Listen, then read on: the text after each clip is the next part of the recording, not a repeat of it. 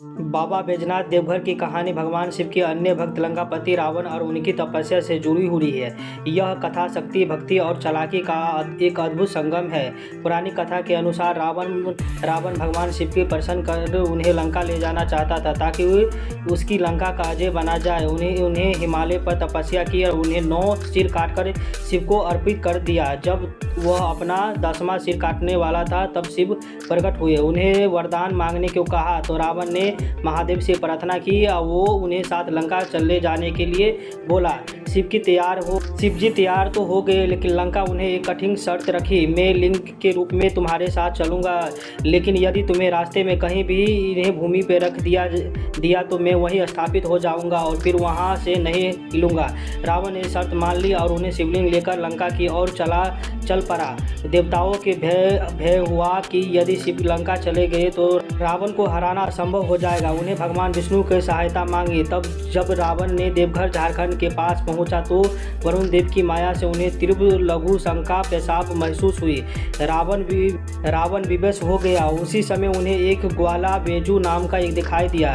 रावण उसे ग्वाले के शिवलिंग पकड़ाया और निर्देश दिया कि उन्हें जमीन पर न रखे। कहा जाता है कि वह शिवलिंग इतना भारी होने लगा कि बेजू उन्हें संभाल नहीं पाया और उसे उसी भूमि पर रख दिया।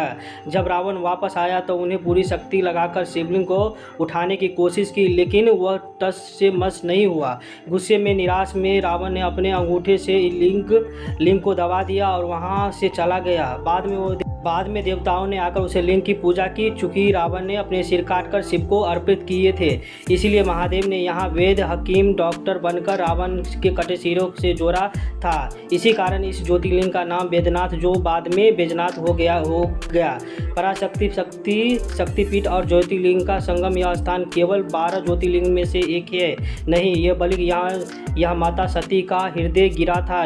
इसलिए यह 51 शक्तिपीठों में भी शामिल हो गए। पंचशूल मंदिर के शिखर पर त्रिशूल की जगह पंचशूल की, जिसे सुरक्षा कवच माना जाता है। कांवड़ यात्रा हर साल सावन के महीने में लाखों भक्त सुल्तानगंज से जल लेकर 105 किलोमीटर पैदल चलकर यहाँ महादेव जी का जलाभिषेक करते हैं। बाबा बैजनाथ धाम की परंपराएं और वहाँ होने वाले चमत्कार इसे दुनिया के अन्य शिव मंदिरों से अलग बनाते हैं। यहाँ की कुछ सबसे खास बात, जो हैरान कर देने वाली बातें यह है कि आमतौर यह शिवलिंग मंदिरों के शिखर पर त्रिशूल होता है, लेकिन बैजनाथ धाम में पंचशूल के 5 शूलों वाला स्थापित किए गए हैं। वहाँ मान्यता इसे रावण ने सुरक्षा कवच के रूप में लगाया था। कहते हैं कि इस पंचशूल की वजह से आज तक मंदिर पर कभी बिजली नहीं गिरी और न ही किसी प्राकृतिक आपदा पर इस पर असर पड़ा। परंपराओं के अनुसार महाशिवरात्रि से 2 दिन पहले ही पंचशूल का उतारा जाता है, उसकी विशेष पूजा होती है और फिर वापस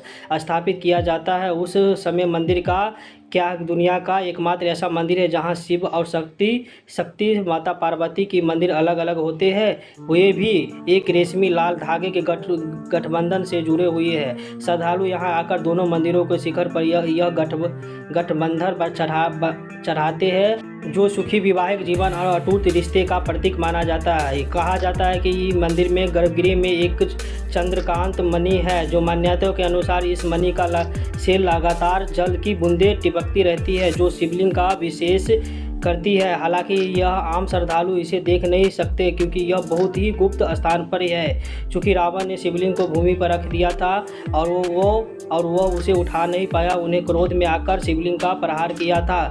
आज भी शिवलिंग का ऊपरी हिस्सा थोड़ा सा धंसा हुआ है, दबा हुआ है दिखाई देता है। इसे रावण की अंगूठे का निशान माना जाता है। बैजनाथ की ज्योतिर्लिंग की मान्यता के अनुसार मनोकामना लिंग कहा जाता है, जो परंपराओं की है कि यहाँ जो भी बोल बम के जयकारे के साथ सुल्तानगंज से पैदल चलकर गंगा जल चढ़ाता है, उसकी हर इच्छा पूरी होती है। इसी कारण यहाँ सावन महीने में दुनिया के सबसे लंबा धार्मिक मेला श्रावणी मेला लगता है। एक रोचक बात यह है कि जानने की यहाँ चढ़ाया जाने वाला जल आखिर जाता कहाँ है।